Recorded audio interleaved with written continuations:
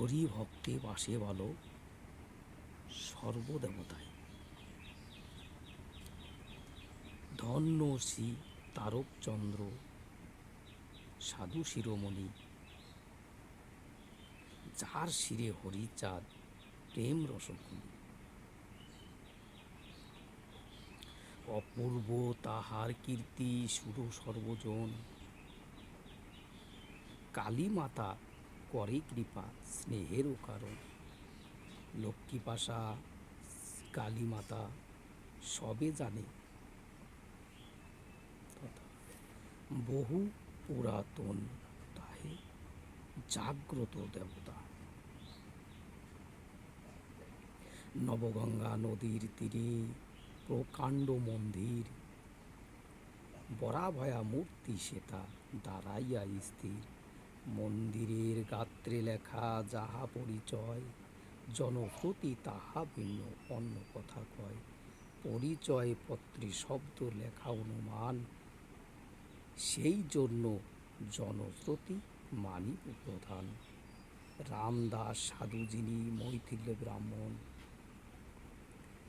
শ্রীহরির পূর্বপুরুষ সেই মহাজন। লক্ষ্মীপাশা বাস করে সে মহাশয়, তাহার সমাধির পরে এ মন্দির হয়।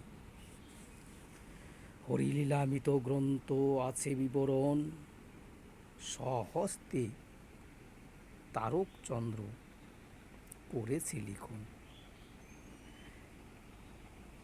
জনশ্রুতি ইতিহাস দোহে মিলি কয়, এ সিদ্ধান্ত সত্য তাই লিখুনু হেতায়। মন্দিরের গাত্রে যেথা কামদেব নাম, ভাবে বুঝি ইনি রামদাস গুণধাম। বহুকাল পরে যবে লিখেছে লিখন, রাম সাজে কামদাস দেবে নিমগন।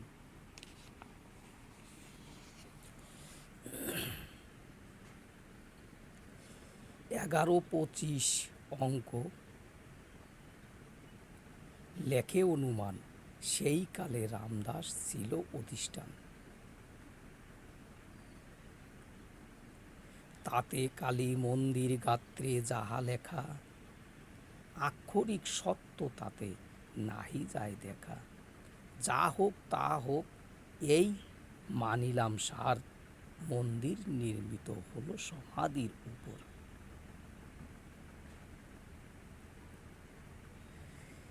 এবে শুনো কালী মাতা কি কার্য করিল, দেশবাসী সবে সেই কথা জানে ভালো। একদাস আকারী এক লক্ষ্মী এলো লক্ষ্মীপাশা, বহু অর্থ লাভ হবে মনে করে আশা। মন্দিরেতে গিয়ে দেহ প্রণামও করিল, লাভসায় মার কাছে মানত করিল। পরে গ্রাম মধ্যে সেই ব্যক্তি চলে গেল, এবে শুনো পূর্বে কোন ঘটনা ঘটিল। তারক গানের লাগি যেতে চায় ঢাকা, শান্তি দেবী মাগিলেন তার কাছে শাখা। ঢাকা হতে সে তারক শাখা এনেছিল, শান্তি দেবী সেই শাখা শ্রীহস্তে পড়িল। ক্ষীরোদবাসিনী দেবী শাখা পরে হাতে, কৈলাসবাসিনী তবে ভাবিলেন চিতে। মাতারে দিয়াছে শাখা তারক সুজন, আমি বা বঞ্চিত তাতে হব কি কারণ। মাতৃভক্ত সে তারক আমি জানি মনে, ক্ষীরোদবাসিনী পুত্র একা নিবে কেনে। ক্ষীরোদ শ্রীহরির প্রিয়জন মোদের আত্মীয়, আদরে ধন সে যে প্রিয় হতে প্রিয়। মাতা তারে কৃপা করে আমি কিবা করি, মনে হয় তারকের কন্যা রূপ ধরি। তাহলে আদর মোরে করিবে তারক, শাখা পাব বস্ত্র পাব পাইব পুলক। এই ইচ্ছা দয়াময় করিলেন মনে, কিছু পরে সে শাখারি আসিল সেখানে। শাঁখারি দেখিয়া মাতা ইচ্ছা করে মনে, তারকে করিবে দয়া। মাতা সেই দিনে শাঁখারি মানত করে, দেবী তাহা শুনে তথাস্তু বলিয়া দেবী আপনার মনে। গ্রাম মধ্যে সে শাঁখারি পশিল যখন, ঘরে ঘরে খরিদ্দার এলো সর্বজন। নিমিষের মধ্যে তাহা বিক্রি হলো সারা, ভাব দেখে সে শাঁখারি যেন বাক্যহারা। দ্রুতগতি পুনরায় নৌকায় আসিল, পুনরায় দ্রব্য লইয়ে গ্রামে ছুটিল। মন্দিরে কাছে গিয়ে হইল স্মরণ, মায়ের কৃপাতে হলো লভ্য অগণন। পুনরায় মন্দিরিতে পশিল শাঁখারি, প্রণাম করিছে সেথা বহুক্ষণ ধরি। ব্রহ্মা বিষ্ণু যার মায়া বুঝিতে না পারে, সেই মায়াময়ী এলো কন্যা রূপ ধরে। লাল চেরি পরিধানে এলাইত কেশ, আলো করা কালো রূপে ডুবে গেছে দেশ।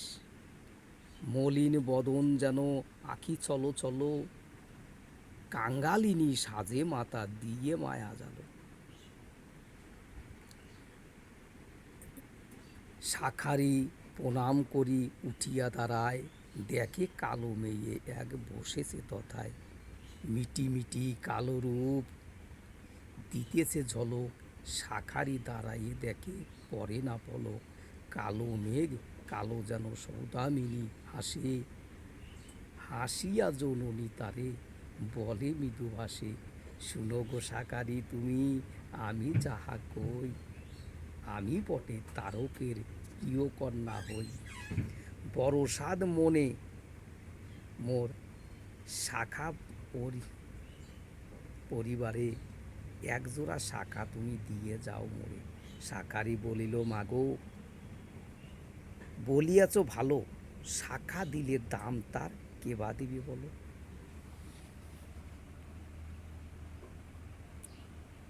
তাহার পিতার নাম বলিল তারক, আমি তো চিনি না মাগো সে কোন লোক। হাসিয়া দেখালো দেবী ওই দেখা যায়, নদীর ওপার মোর পিতার আলয়। তুমি যদি মোর আগে যাও সেই বাড়ি, কোথায় রয়েছে টাকা বলে দিতে পারি। গৃহ মধ্যে ঝাঁপি আছে ঢাকনিতে ঢাকা, তার মধ্যে পিতা মোর রাখিয়াছে টাকা। বহুদিন তার মধ্যে রাখিয়াছে পিতা, মনে হয় তার মনে নাহি সেই কথা। এভাবে বলিলে পিতা দিয়া দিবে দাম, শীঘ্র শাঁখা দেও তুমি মায়া মোর নাম। ঈশ্বরী যে ইচ্ছা করে কেবা বাধা দেয়, শাঁখারি ভুলিয়া গেল দেবীর কথায়। সযতনে দুই হাতে পরাইল শাঁখা, দেবীর বদনে খেলে বিদ্যুতের রেখা। পরশনে শাঁখারি কর্মবন্ধ ক্ষয়, সংসার অসার মনে সেই ভাব হয়।